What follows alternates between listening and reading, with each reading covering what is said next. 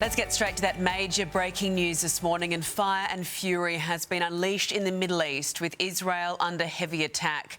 Iran launching a massive missile strike on Israel as the region reaches breaking point.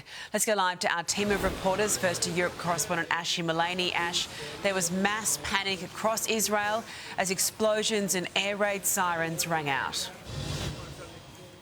Eddie, there was very little warning before Iran launched a major attack on Israel, firing a barrage of more than 200 ballistic missiles. It was Iran's supreme leader that ordered this attack tonight on Israel, avenging the death of Hezbollah leader Hassan Nasrallah. The IDF intercepted most of these missiles, but some have landed in central and southern Israel.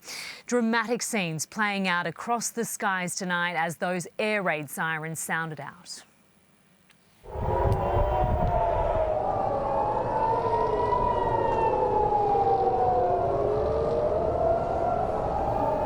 Now, Israel's Security Council is meeting tonight in a secure underground bunker, weighing Israel's response, expected to be a forceful one.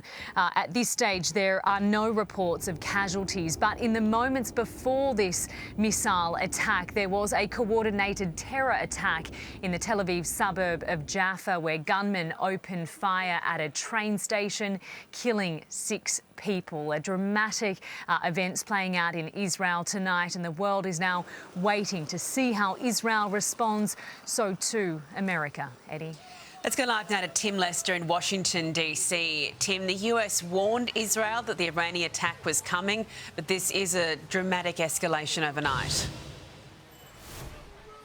Good morning, Eddie. Yes, it is a dangerous turn of events, and it's been watched in the White House Situation Room behind me by US President Joe Biden and his Vice President and presidential candidate Kamala Harris.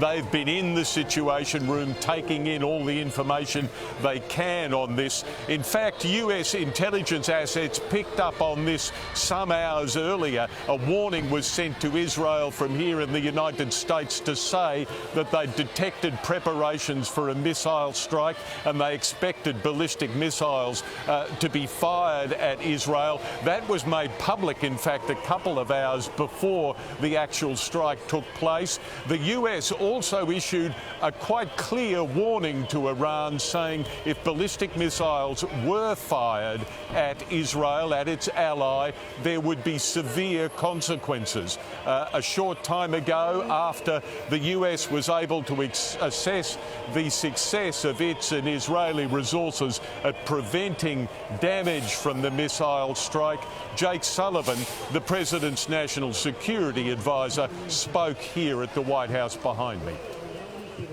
In short, based on what we know at this point, this attack appears to have been defeated and ineffective. This was first and foremost the result of the professionalism of the IDF, but in no small part because of the skilled work of the US military and meticulous joint planning in anticipation of the attack.